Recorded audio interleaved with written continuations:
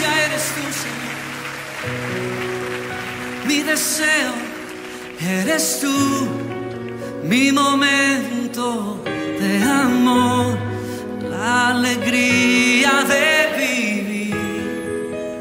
Bendito Jesús, eres mi fuente de amor, eres aire, eres sol, el latir del corazón. Bendito Jesús, bendito amor de mi Señor.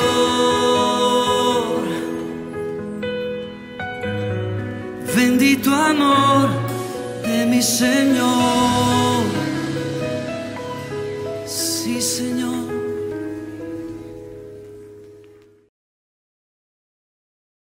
Yo les pido que en esta tarde podamos estar buscando el Evangelio según San Juan, el penúltimo capítulo, el número 20.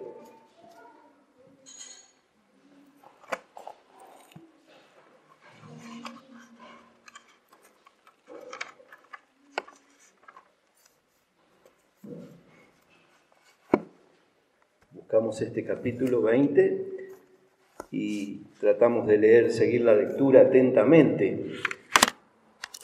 Miren, es uno de los capítulos, yo lo llamaría electrizante, que tiene la Biblia, para que estemos muy atentos a los detalles, que es lo que vamos a tratar de desprender un poquito en esta tarde. Y dice así el relato del apóstol Juan. El primer día de la semana, María Magdalena fue de mañana, siendo aún oscuro, al sepulcro y vio quitada la piedra del sepulcro. Y entonces corrió y fue a Simón Pedro y al otro discípulo, aquel al que amaba a Jesús, y les dijo: se han llevado del sepulcro al Señor y no sabemos dónde le han puesto. Y salieron Pedro y el otro discípulo y fueron al sepulcro. Corrían los dos juntos, pero el otro discípulo corrió más aprisa que Pedro y llegó primero al sepulcro. Y bajándose a mirar, vio los lienzos puestos allí, pero no entró. Luego llegó Simón Pedro tras él y entró en el sepulcro y vio los lienzos puestos allí y el sudario que había estado sobre la cabeza de Jesús, no puesto con los lienzos, sino enrollado en un lugar aparte. Y entonces entró también el otro discípulo, que había venido primero al sepulcro, y vio y creyó. Porque aún no habían entendido la Escritura, que era necesario que Él resucitase de los muertos. Y volvieron los discípulos a los suyos. Dice en el versículo 11 y 12, pero María estaba afuera llorando junto al sepulcro, y mientras lloraba se inclinó para mirar dentro del sepulcro. Y vio a dos ángeles con vestiduras blancas que estaban sentados el uno a la cabecera y el otro a los pies, donde el cuerpo de Jesús había sido puesto. Vamos a dejar la lectura hasta aquí. Sería interesante continuar, nos quedan 10 versículos más para concluir este capítulo, pero tenemos que por lo menos cerrar la lectura aquí y usted tal vez pueda seguirla después en su casa. Mire, para que usted esté ubicado, que sepa muy bien cuál es el momento y ubicarnos qué es lo que estaba sucediendo, tenemos que decir lo siguiente: el Señor había sido crucificado. El Señor estaba muerto. El cuerpo del Señor, como el de todo criminal, tenía dos destinos. Uno era bajar el criminal y arrojarlo, como ellos llamaban, a un lugar tipo lo que diríamos hoy un basurero, y que los perros y los buitres se encargaran de él, porque nadie reclamaba el cuerpo de un criminal. Pero sin embargo, Dios, así como el mismo Señor Jesucristo lo había dicho, San Juan capítulo 12, versículo 32, cuando el Señor fuera levantado, a todos atraeré a mí mismo. Es decir, que podríamos llamar a esto el magnetismo de la cruz. Así como el Señor fue levantado en aquel lugar, iba a empezar a atraer gente, de tal manera que este magnetismo llega hasta nuestros días. Si hoy estamos aquí, es porque la cruz del Señor nos atrajo. Y ese magnetismo no se ha terminado, sino que seguirá hasta que Él venga a buscarnos. A todos atraeré a mí mismo, dijo el Señor. Todos un día levantarán sus ojos para ver en qué lugar el Señor fue levantado. Y pareciera que este imán a los primeros que atrajo fue a dos personas que tenían que ver con la política. Estaban mezclados, digamos, entre ellos personas que tal vez opinaban bien del Señor, pero que poco se nos dice en la Biblia acerca de ellos. Es más, los peores críticos dicen, aparecieron recién cuando el Señor murió y no fueron capaces de estar con Él cuando estaba en vida. Yo no lo juzgaría tan cruelmente, pero fue José de Arimatea, ¿se acuerdan? Y fueron Nicodemo los que reclamaron el cuerpo del Señor a las autoridades, tanto políticas como religiosas, para poder tomar el cuerpo, envolverlo en una sábana y poder llevarlo, previamente untando el cuerpo con especies aromáticas, ponerlo en una tumba nueva. Esa tumba estaba dentro de un huerto y no había sido puesto nadie allí. Y esa tumba le pertenecía a un tal José de Arimatea.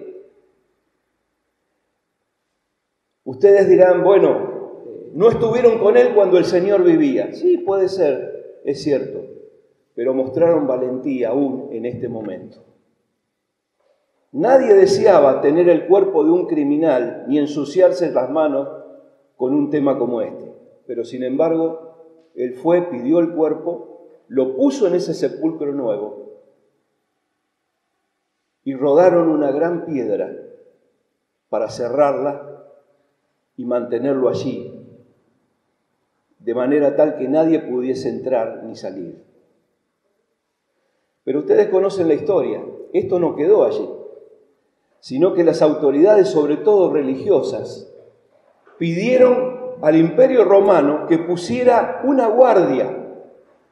Y no solamente esto, sino que sellara la tumba. ¿En qué consistía?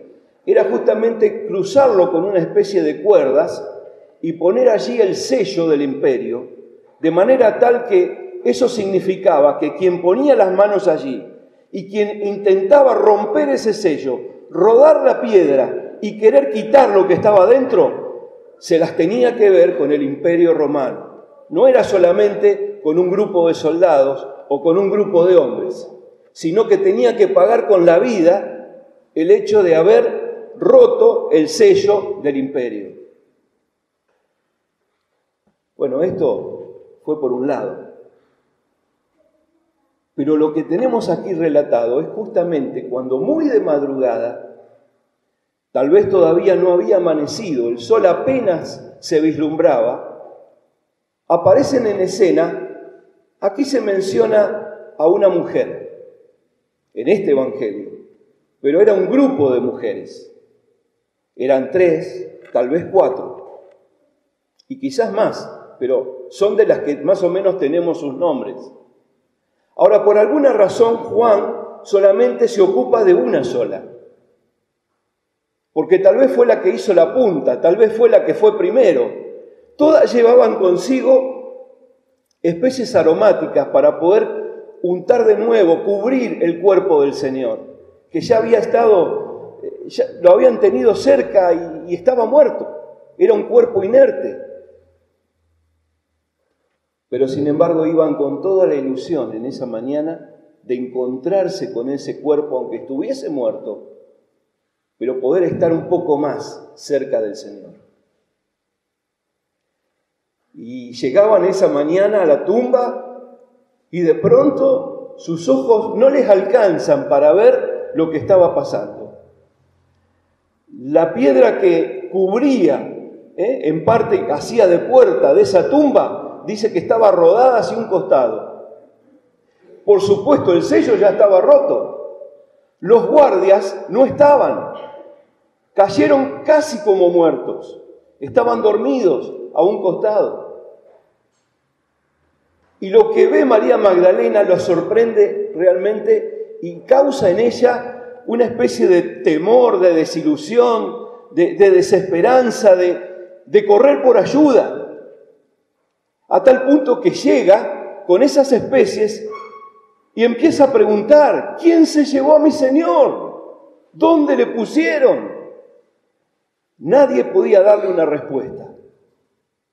Y dice la Biblia que corrió desesperada, salió de ese lugar a buscar a los discípulos. Esta fue la aparición de una primera testigo, podríamos decir, en aquel momento, en aquel lugar.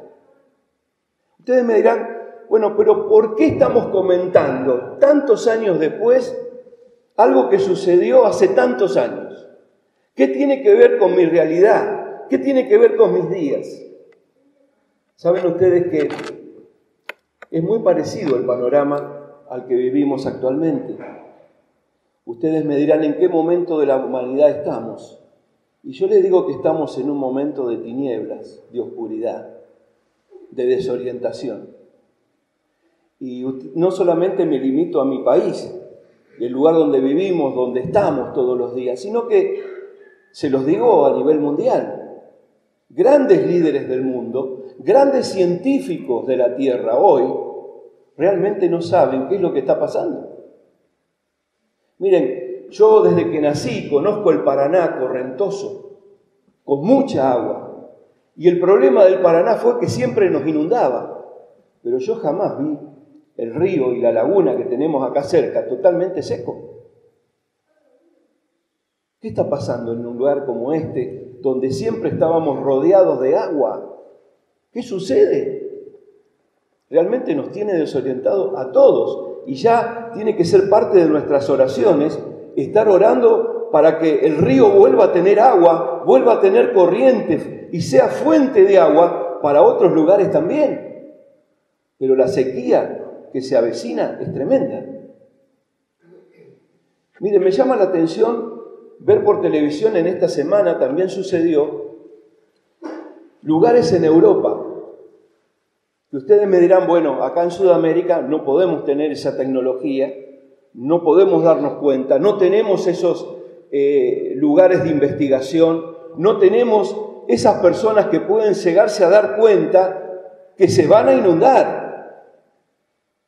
Y hay lugares, inclusive de la tierra, muy ricos, donde no pueden avisorar, no pueden darse cuenta la terrible inundación que están sufriendo hoy. Y yo digo: ¿cómo puede ser? En un lugar sequía, en el otro lugar se están inundando cuando nunca se inundaron. ¿Qué está pasando? De pronto tenemos una vacuna que va a ser la solución para la gran pandemia que estamos padeciendo. Pero ustedes saben que ya se está hablando de una tercera dosis, porque con una primera y una segunda quizás no sea suficiente. El año pasado decíamos: tal vez a fines del año 21 esto se va a terminar. Pero hoy los científicos nos están diciendo: miren que esto llegó para quedarse y por mucho tiempo. ¿Quién tiene razón? ¿Quién nos puede orientar? Vivimos en un mundo donde, tal cual como María Magdalena, muchos están desesperados y corremos. ¿Y corremos por qué? Y muchas veces no lo sabemos, pero les digo, nuestros días corren. Pasan los días del almanaque, pasan los meses y no nos damos cuenta, pero corremos. ¿Atrás de qué? ¿Buscando qué? María Magdalena estaba buscando ayuda. Y ella decía: yo quiero saber quién se lo llevó. Ahora, noten ustedes y razonen conmigo. Lo que María Magdalena buscaba, ¿qué era en definitiva? Buscaba una tumba. Buscaba un cuerpo que estaba inerte, un cuerpo que ya había perdido la vida. Entonces yo le pregunto, ¿qué buscaba María? ¿Cuál era la solución para ella? Y noten ustedes lo que podríamos decir acerca de esta primera testigo, en esta primera aparición que tiene, porque va a tener una segunda. Lo de ella fue una mirada totalmente superficial sobre la tumba. ¿Por qué les digo esto? Porque fue una mirada simple, fue una mirada rápida. Y ella solamente dijo, estoy viendo una piedra que fue rodada y abre la tumba. Estoy viendo una tumba que está vacía y estoy viendo que dentro no está el cuerpo, nada más. Y de ahí salió corriendo desesperada, tratando de buscar ayuda. ¿Se dan cuenta? Muchas veces nuestros días pasan así. Tenemos una mirada tan superficial. Solamente decimos lo que ven nuestros ojos. Perseguimos lo que ven nuestros ojos naturales. Pero nunca ponemos en marcha nuestra vista espiritual. Esa vista que es más profunda, que es capaz de investigar, que es capaz de darse cuenta lo que otros todavía no ven. María Magdalena no fue capaz de ver la obra de Dios en todo esto. Pero bueno, ella hizo su parte. Había amado tanto al Señor en vida. Ella le debía tanto al Señor por lo que había hecho en su vida. Y le amaba tanto que esa mañana fue, aunque sea para poder estar un ratito más con ese cuerpo. Y no lo halló. Una mirada superficial. Ahora, el relato sigue y dicen que allí empezaron a funcionar, sobre todo del grupo de discípulos, dos de aquellos que estuvieron muy cerca del Señor. Y allí aparece alguien que no se menciona a sí mismo, sino que no pone el nombre, mejor dicho, pero habla en tercera persona. ¿Se dieron cuenta? Dice, el que amaba a Jesús. Bueno, ¿quién era el discípulo que amaba al Señor, o que se lo conocía como el apóstol del amor? Justamente era Juan. Tanto tiempo había estado cerca del Señor. Y dice que junto con Pedro, cuando se enteraron de la noticia de lo que María Magdalena estaba contando, pero salieron corriendo los dos.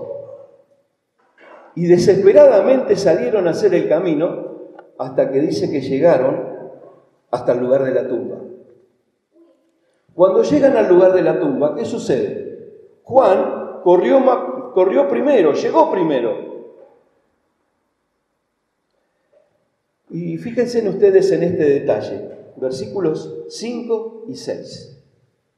Dice así claramente, que Juan, habiendo llegado primero, desde la puerta de la tumba se asoma y pega una mirada. ¿Y saben qué? Uno más o menos puede imaginar que la mirada de Juan fue una mirada diferente a la de María. Juan vio lo mismo que María. Vio que la piedra estaba rodada, vio que dentro de la tumba no estaba el cuerpo, vio también que había, ¿qué? Una sábana, o los lienzos, como se mencionan acá, que dice estaban echados. Después nos vamos a detener a ver un poquito esto. Pero hay otro detalle más. Desde la puerta, él observó, él vio en esa especie de cueva qué es lo que pasaba. Pero dice clarito la Biblia, no entró.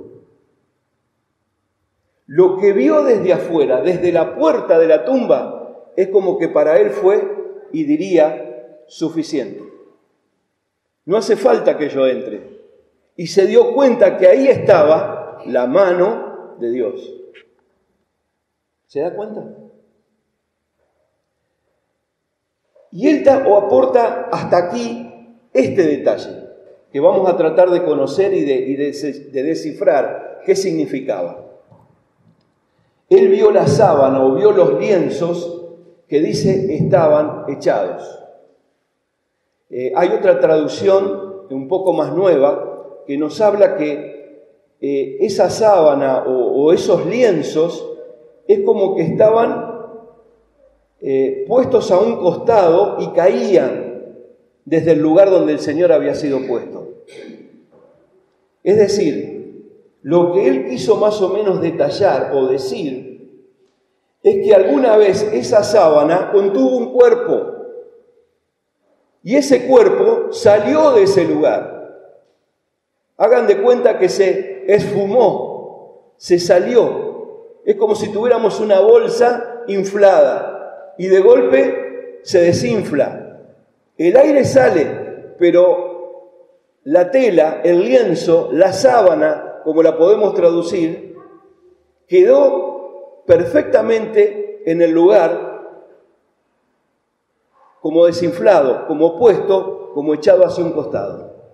Esa es la sensación que de primera o a primera vista tuvo como vista justamente el apóstol Juan. Es curioso cuando uno se pone a investigar esta palabra griega que aparece aquí, en la cual fue escrito el Evangelio,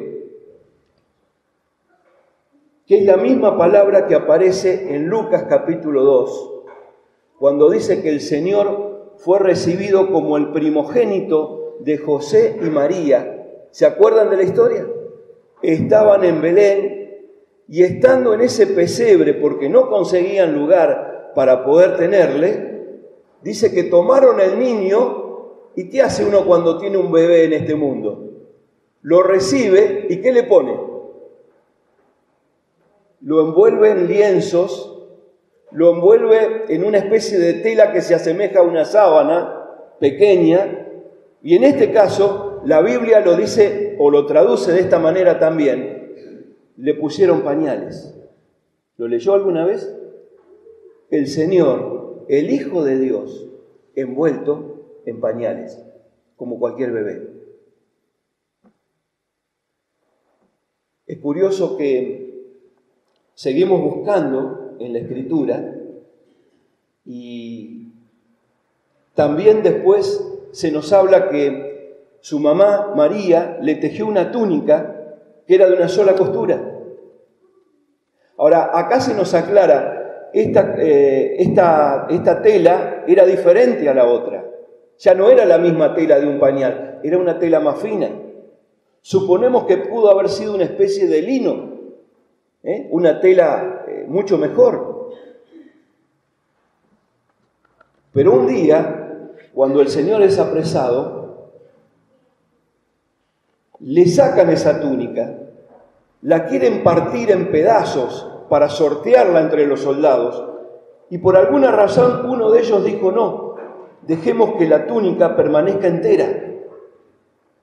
Pero cuando le quitan esto al Señor, el Señor vuelve a estar en una especie de taparrabos o de pañal. Es decir, el Señor vuelve tantos años después, en una situación como esta, a ser vestido de lienzos, de una especie de pañal para poder ser llevado y castigado cruelmente en la cruz. A ver si usted va siguiendo la idea. El Señor, dice Filipenses, se despojó a sí mismo y siendo el Rey del cielo, el Creador, se hizo como un bebé, tomó forma humana. Y al tomar forma humana necesitaba de ese tipo de vestiduras. Y si ustedes lo quieren simbolizar de una manera más humana, pues veríamos al Señor vestido con esa especie de lienzos, esas telas, a semejanza de su vestidura humana. Es notable que cuando hacemos una comparación, cuando en el capítulo 11 de Juan, cuando aparece la historia de Lázaro, ¿se acuerdan? Lázaro dice que estaba envuelto en vendas. No es la misma palabra que lienzo y sábana. Y dice la Escritura que estaba envuelto en vendas, y cuando el Señor le dice, Lázaro, ven fuera, esas vendas le impedían poder caminar. ¿Por qué? Porque esas vendas se ataban a los pies y a las manos. No eran momias como los egipcios, que envolvían todo el cuerpo, sino que se aplicaban en las manos y en los pies. Y así es como Lázaro es llamado para que venga afuera, pero alguien tiene que ayudarlo y lo tienen que desatar para que él pueda salir totalmente liberado y mostrarse a todos que podía estar vivo y que el Señor le había dado la vida. ¿Se acuerdan? Bueno, no es la misma palabra que encontramos aquí. Esa es la palabra venda. Aquí el Señor lo que tiene es un lienzo. Los lienzos o sábanas. Esa es la palabra que usa Juan. Y es lo que ve dentro de la tumba. Y justamente, como dijimos al principio, José de Arimatea, Nicodemo y las mujeres que estaban en ese momento descolgando el cuerpo del Señor, envolvieron con lienzos y con una sábana el cuerpo y pusieron, luego de untarle con especies de aromáticas, el cuerpo dentro de la tumba. Y eso es lo que él encuentra. ¿Qué podemos decir entonces? El Señor se despojó de su humanidad estando dentro de esa tumba. Y Él toma la vida de nuevo. Como decimos en muchas de nuestras canciones, la tumba no le pudo contener. Las cuerdas de la muerte no lo pudieron atar. ¿Por qué? Porque Él es el Rey del cielo y el Rey de la tierra. Él es el dueño de la vida, es el creador. Entonces no hay lugar que pueda contenerlo, no hay espacio, no hay hora, no hay almanaque para Él. Él estuvo siempre, estará siempre, por los siglos de los siglos. Por lo tanto, esta es como una señal para que nuestros ojos y nuestra mirada se dé cuenta hoy del Dios grande que tenemos.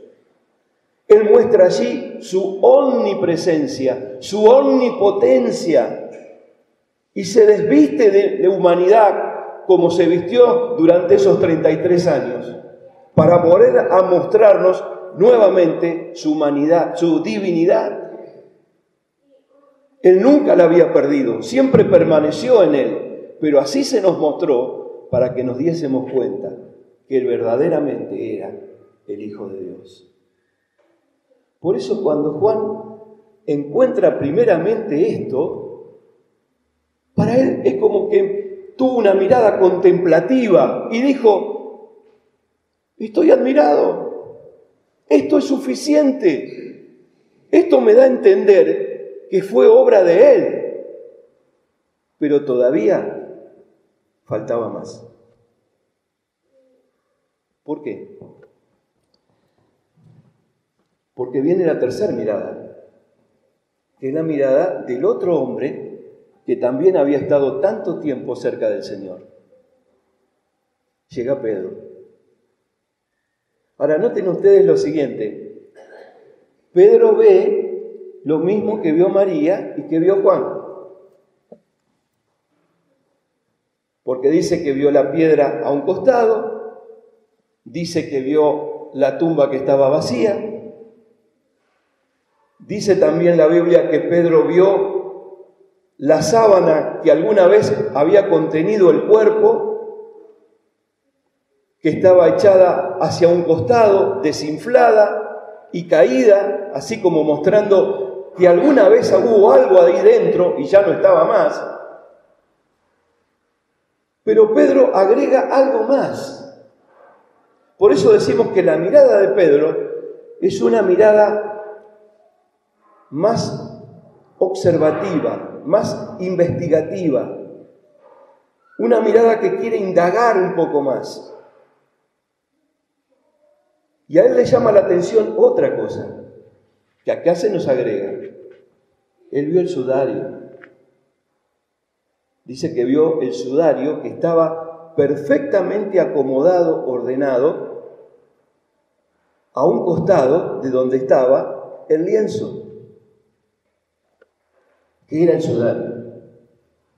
El sudario era una especie de pañuelo grande. Era como una especie de servilleta, si quieren decir, pero más que nada como un pañuelo, que más que un adorno, era muy importante para las personas que vivían en este lugar para poder protegerse cuando caminaban acerca de las tormentas de viento y arena de los lugares por los cuales ellos caminaban. Ese sudario era importante para taparse, cubrirse del sol cuando lo necesitaban. A veces también ese sudario justamente era para secarse el sudor de tanto caminar al sol y a veces transpirar. ¿Se dan cuenta? Era una parte de su atuendo, parte de su vestimenta. Era la costumbre. Pero también era costumbre que cuando esta persona fallecía, se tapaba el rostro de esta persona con el mismo sudario que lo había acompañado durante tantos años de su vida. Es decir, el sudario se usaba para tapar y cubrir el rostro del fallecido. Miren, no tenemos tiempo ahora de verlo, pero es curioso ver la parábola que el Señor enseñó acerca del hombre noble y de los siervos a los cuales repartió minas. Y cada uno de ellos hizo diferentes cosas, pero es notable que uno de ellos lo tomó y lo escondió en el sudario, en el pañuelo, como diciendo, no le importó hacerlo trabajar, sino que lo escondió dentro de ese sudario o pañuelo. Pero hay algo que podemos señalar, lo cual es una tradición. No está en la Biblia. Esto no lo enseña la Biblia, sino simplemente hay costumbres de aquella época que nos llaman la atención y que tal vez llamó la atención tanto de Juan como de Pedro. Ustedes saben que muchas de las casas de la gente noble del lugar, tan común en Oriente, tenían muchos criados, muchos siervos. Y era la costumbre que cuando las personas estaban comiendo, había un momento en que quizás el dueño de casa se levantaba de la mesa. Y los siervos a veces no sabían si tenían que levantar la mesa o si tenían que dejarla porque después se iban a para volver a comer nuevamente. ¿Y cómo mostraban esta señal de si todo estaba terminado o había que seguir almorzando o cenando junto con los comensales? Bueno, justamente el dueño de casa, cuando se levantaba y dice que tomaba el sudario y lo anudaba, lo ponía de manera desprolija sobre la mesa, significaba que ya habían terminado. Suficiente para todos, y se levantaban de la mesa. Entonces venían los siervos, venían los criados, y levantaban el lugar, y lo aseaban, y lo acomodaban como si nada hubiese sucedido. Pero cuando el dueño de casa se levantaba y acomodaba perfectamente su sudario, y lo ponía al costado del plato, ¿saben qué significaba? Que la comida no había terminado y que iban a volver. No sabemos si lo que se quiere expresar aquí en este lugar justamente es esta enseñanza, que era una enseñanza oriental o una costumbre, una tradición. Pero tal vez Juan y Pedro, que estaban más relacionados con este tipo de costumbre, vieron el sudario perfectamente ordenado y se dieron cuenta, porque el Señor les había dicho no una vez, muchas veces, volveré. Lo cierto es que se nos dice algo más. Pedro seguía investigando, pero Juan, dice la Biblia, vio ¿Y qué más? Y creyó.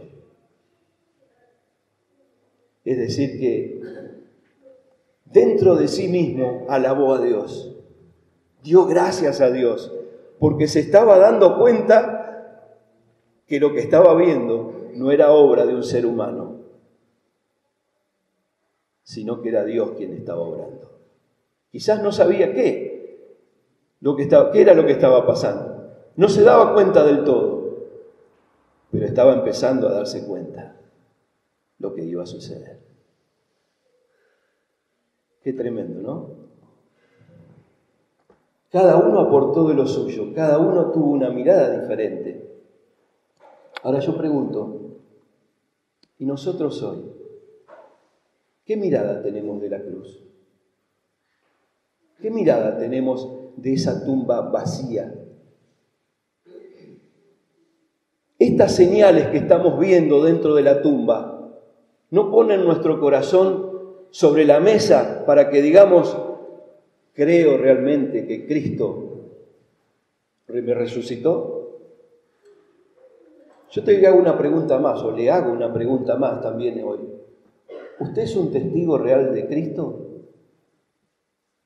¿Nos estamos portando como testigos de Él? ¿Saben qué me llama la atención? Yo veo todavía una fe muy pequeña en María Magdalena. Y si usted quiere, pequeñísima. Fue una mujer que amó tanto al Señor en vida. Y aún le buscó en su muerte, como lo hizo hasta aquí. Veo en Juan un hombre fiel, pero que tampoco tuvo fe hasta este momento. Apenas está empezando a darse cuenta qué es lo que estaba pasando. Y pienso que si de Pedro se dice que todavía no creía, yo digo, qué fe pequeña que tenían estos hombres. Y si hoy la comparo con la mía, ¿qué tengo que decir? Vivimos días similares, de confusión, de desorientación, pero siempre hay una esperanza, porque Cristo está vivo. Y dice la Biblia que tenemos que ser testigos, que tenemos que vivir una vida diferente, que no es tiempo para abandonar, todo lo contrario, es tiempo para buscar la oportunidad, para buscar un nuevo camino y para poder seguirle. Por eso estamos en este mundo, para proclamar lo mismo que hicieron ellos, lo mismo que hizo María Magdalena, cada cual cumplir con su misión. Y aunque tengamos una fe tan pequeña, tenemos que seguir adelante, porque Dios recompensa y bendice la fe que tenemos. Juan fue fiel hasta el final. ¿Y qué hizo Dios con Juan? Entre tantas otras cosas. Dice la Biblia que le reveló nada más ni nada menos que el futuro de la humanidad y escribió el libro de Apocalipsis. Qué fe qué pequeña que tuvo Pedro, pero Pedro se restauró delante del Señor, se quitó todo complejo de culpa que tenía, se sacó de la cabeza todo el fracaso que tenía. Y dice la Biblia que se puso en las manos del Señor y fue nada más ni nada menos que un cimiento de la fe, una columna que permitió que la iglesia del Señor se cimentara y comenzara a crecer. Él abrió las puertas del reino, tal cual como el Señor se lo había dicho, y escribió cartas que todavía hasta hoy nos estremecen. Dios no se olvidó ni de la fe de Juan, ni de la fe de Pedro.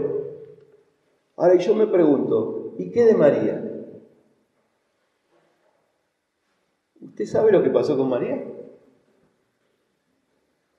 Leímos juntos al final. Dios no se olvidó de recompensar también la fe de María. Y usted me dirá, pero era una fe muy superficial, era una fe muy pequeñita, suficiente para el Señor. ¿Por qué? Mientras los dos hombres se habían ido, quién sabe dónde, ella dijo, yo me quedo, yo no me puedo ir. y volvió a la tumba. Y estando en ese lugar, ¿ustedes creen que se terminaron las miradas? No se terminaron. Juan vio lo que María no vio. Pedro vio lo que ni Juan ni María vieron. Y ahora María lo supera a todos. A Juan y a Pedro. ¿Por qué? Porque se mete de nuevo en la tumba y dicen esos versículos que leímos, que ella vio 2 ángeles que estaban sentados en el mismo lugar donde había sido puesto el cuerpo del Señor. Uno estaba del lado izquierdo y el otro estaba del lado derecho. Uno a la cabecera, el otro a los pies. Yo me imagino, esta María debe haber tenido, no sé, un corazón pero de acero puro. Porque después del miedo de haberse encontrado con ese panorama a la mañana temprano, salir corriendo, buscar los discípulos y ahora entrar en la tumba y encontrarse con los 2 ángeles, hay que resistirlo realmente. Pero era la recompensa, era el premio de María a una fe y a una mujer que tanto había amado y amaba al Señor. Por eso Dios no se olvidó de ella. ¿Por qué decimos esto? No solo que vio los ángeles, sino que también escucha que alguien la llama y le dice: mujer, ¿por qué lloras? Mujer, ¿a quién buscas? Y ella no paraba de llorar y con todo el corazón, como lo tenía, decía: se han llevado a mi Señor. ¿Dónde lo pusieron? Y aquel hombre, hasta ahora, ¿no? Para ella, que creía que era el jardinero del lugar, el cuidador, la llama, dice la Biblia, ¿cómo? La llama por su nombre. Y simplemente le dice: María. Y es allí, escuchando su voz, que ella reacciona. Y se da cuenta que en ese lugar estaba la misma presencia de su querido maestro. Y ella responde a esa voz: Raboni, maestro, maestro. Se da cuenta que el mismo Señor está delante de ella. Y es la primera persona entre hombres y mujeres que vio al Señor resucitado. Pequeño premio para una pequeña fe. Qué tremendo debe haber sido. Muchas veces se dice que a veces pasan los años y cuando dejamos de ver a una persona, hay 2 cosas que tal vez nos llaman la atención. Tal vez la figura de la persona no es la misma. Pasaron los años y la figura cambió. A veces miramos el cabello de la persona y lo desconocemos. Pero hay algo que las personas no cambian. ¿Y saben cuál es? Los ojos y su mirada. Y también su voz. María tal vez en aquella mañana encontró estas 2 cosas. La tierna mirada del Señor y esa voz dulce que le habló y una vez más le dijo su nombre. Qué lindo es venir a encontrarnos en un lugar como este con nuestro Señor. A veces venimos afectados por todo lo que nos pasa. Y es como que nuestro cuerpo está acá, pero nuestra mente está en otro lado. Nos sentimos afectados por lo que nos pasa. Pero qué lindo es cuando nuestro cuerpo, nuestra mente se conecta con nuestro Señor. porque allí siento paz. Allí siento que Él está con su presencia y me llena de la presencia de Él. Qué lindo es cuando venimos y encontramos una palabra, una oración, una canción, un pensamiento, una reflexión que toca mi vida, tal cual como tocó el corazón de María en esa mañana. Que al recordarle a través de estos símbolos que tenemos hoy, que al recordarle a través del pan, que al recordarle a través de la copa, nos podamos dar cuenta que es el Maestro el que nos llama. Y que no nos olvidemos, somos sus testigos. Y tenemos que ser fieles hasta el final. Amén. Dios bendiga su palabra.